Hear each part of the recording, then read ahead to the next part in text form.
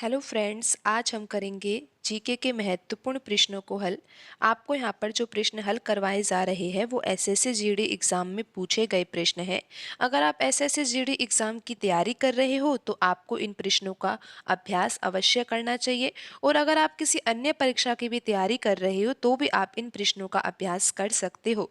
तो यहाँ पर क्वेश्चन 1 है, एक बर्तन लंबे समय तक नम हवा के संपर्क में रहता है।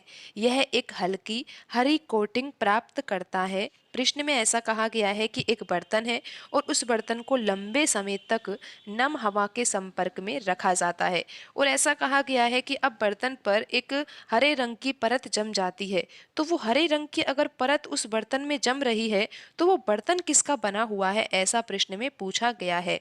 तो आपको यहाँ पर ये पता होना चाहिए कि अगर तांबे के बर्तन को नम हवा के संपर्क में रखा जाता है ना, तो तांबे पर जंग लग जाता है, और तांबे पर जंग लगता है तो तांबे पर हरे रंग की परत चढ़ जाती है।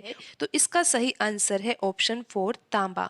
यानी कि वो बर्तन जो है वो तांबे का बना हुआ है, और तांबे के बर्तन को अगर नम हवा के संपर्क में रखा जाएगा तो तांबे के बर्तन पर एक हरे रंग की परत जम जाएगी, और वही हरे रंग की जो परत है वो तांबे पर लगा हुआ जंग है। तो यहाँ पर ऑप्शन 4 सही आंसर होगा। अब हम बढ़ते हैं अगले प्रश्न की ओर। अगला प्रश्न है यहाँ पर क्वेश्चन नंबर 2। प्रश्न में पूछा गया है कि देश की स्वतंत्रता से पहले भारत मुख्य रूप से अपने किस उद्योगों के लिए जाना जाता था। देश की स्वतंत्रता से पहले भारत मुख्य रूप से अपने किस उद्योगों के लिए जाना जाता था। ऑप्शन 1 में लिखा हुआ है मसाले के उद्योग, ऑप्शन 2 में लिखा हुआ है पुष्प के उद्योग, ऑप्शन 3 में लिखा हुआ है हस्तशिल्प के उद्योग, ऑप्शन 4 लिखा हुआ है धातु के उद्योग। तो पूछा तो ये गया है कि देश की स्वतंत्रता से पहले भारत मुख्य रूप से अपने किन उद्योगों के लिए जाना जाता था। तो इसका सही आंसर है ऑप्शन 3 हस्तशिल्प के उद्योग।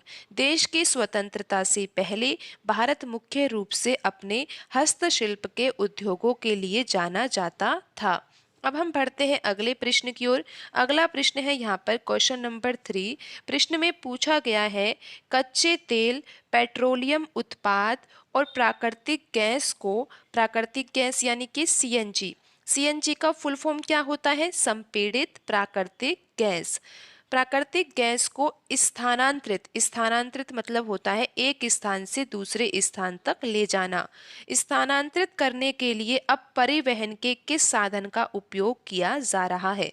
प्रश्न में पूछा गया है कि कच्चे तेल, पेट्रोलियम उत्पाद और प्राकृतिक गैस को स्थानांतरित करने के लिए यानी कि एक स्थान से दूसरे स्थान तक ले जाने के लिए अब परिवहन के किस साधन का उपयोग किया जा रहा है? यानी कि केबल के द्वारा ले जाया जा रहा है, हवाई मार्ग के द्वारा ले जाया जा रहा है, बस के द्वारा ले जाया जा रहा है, या फिर पाइपलाइन के द्वारा ले जाया जा रहा है।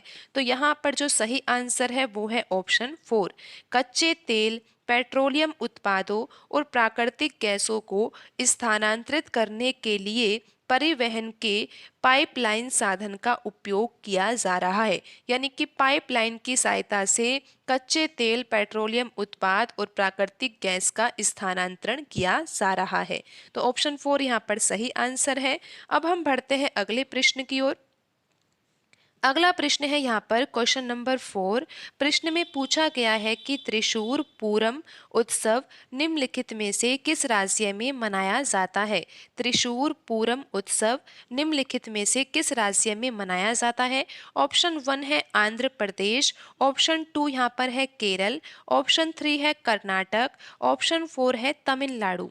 तो यहाँ पर सही आंसर है ऑप्शन 2 केरल।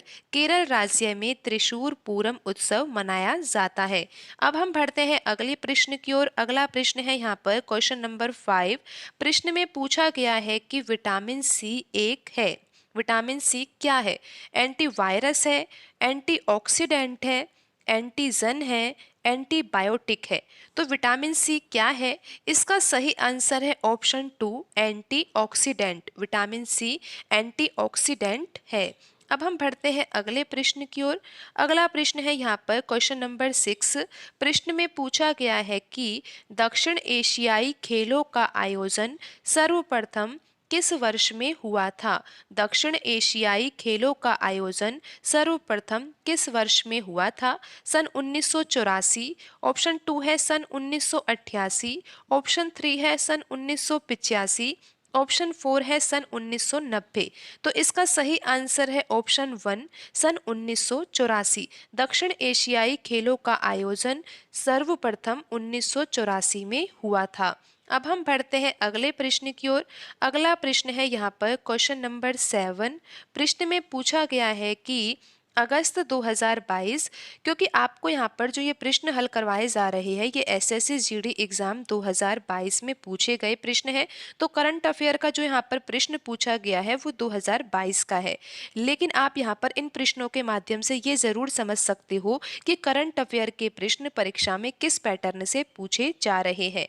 तो यहाँ पर पूछा ये गया है कि अगस्त 2022 में की गई घोषणा के अनुसार अंतर्राष्ट्रीय मुद्रा कोष IMF में भारत के लिए कार्यकारी निदेशक के पद पर किसे नियुक्त किया गया है? प्रश्न में पूछा गया है कि अगस्त 2022 में की गई घोषणा के अनुसार अंतर्राष्ट्रीय मुद्रा कोष IMF में भारत के लिए कार्यकारी निदेशक के पद पर किसे नियुक्त किया गया है? तो इसका सही आंसर है ऑप्शन 1 कृष्णमूर्ति सुब्रमण्यम।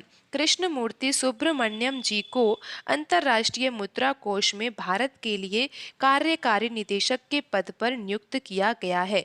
और आपको ये भी पता होना चाहिए कि वर्तमान में भी कार्यकारी निदेशक कौन है? कृष्णमूर्ति सुब्रमण्यम ही है।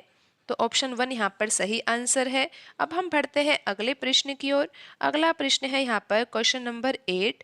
प्रश्न में पूछा गया है ग्रीष्म ऋतु स्थानीय तूफानों का मौसम होता है। ग्रीष्म ऋतु स्थानीय तूफानों का मौसम होता है जिनमें तीव्र हवाओं के साथ गरज वाली मूसलाधार वर्षा भी होती है और इसके साथ प्राय हिमवृष्टि भी होती है। पश्चिम बंगाल में इन तूफानों को किस नाम से जाना जाता है? ऐसा प्रश्न में पूछा गया है। पश्चिम बंगाल में इन तूफानों को किस रूप में जाना जाता है? तो ऑप्शन 1 में लिखा हुआ है काल वैशाखी। ऑप्शन 2 में लिखा हुआ है ताहिती। ऑप्शन 3 यहाँ पर है लू। ऑप्शन 4 यहाँ पर है महावत। तो इसका सही आंसर है ऑप्शन 1 काल वैशाखी। यहाँ पर आप एक बार फिर से देख लीजिए।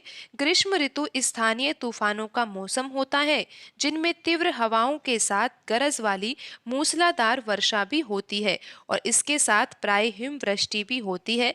पश्चिम बंगाल में इन तूफानों को काल वैशाखी के नाम से जाना जाता है। अब हम बढ़ते हैं अगले प्रश्न की ओर। अगला प्रश्न है यहाँ पर क्वेश्चन नंबर 9। प्रश्न में पूछा गया है कि शतरंज के वर्गाकार खानों की क्षैतिज पंक्तियों को क्या कहा जाता है? शतरंज के वर्गाकार खानों की क्षैतिज पंक्तियों को क्या कहा जाता है? तो यहाँ पर सही आंसर है ऑप्शन 4 रैंक। शतरंज के वर्गाकार खानों की क्षैतिज पंक्तियों को रैंक कहा जाता है। अब हम बढ़ते हैं अगले प्रश्न की ओर। अगला प्रश्न है क्वेश्चन नंबर 10। प्रश्न में पूछा गया है कि राशेश्वर सैकिया बार बयान किस नृत्य से संबंधित है? राशेश्वर सैकिया बार बयान किस नृत्य से संबंधित है? इसका सही आंसर है ऑप्शन 1 सत्रिया नृत्य। सत्रिया नृत्य से संबंधित कौन है? राशेश्वर सैकिया बार बयान।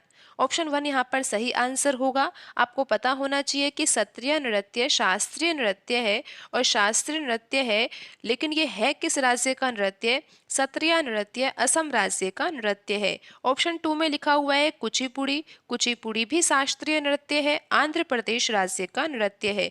ओडिसी भी शास्त्रीय नृत्य है, उड़ीसा राज्य का नृत्य है। भरतनाट्यम भी शास्त्रीय नृत्य है और किस राज्य का नृत्य है? तमिलनाडु राज्य का नृत्य है। प्रश्न में पूछा है राशेश्वर सैकिया बार बयान किस नृत्य से संबंधित है? ऑप्शन 1 यहाँ पर सही आंसर है सत्रिया शास्त्रीय नृत्य से संबंधित है। आज की वीडियो में इतना ही। मिलते हैं अगली वीडियो में। धन्यवाद।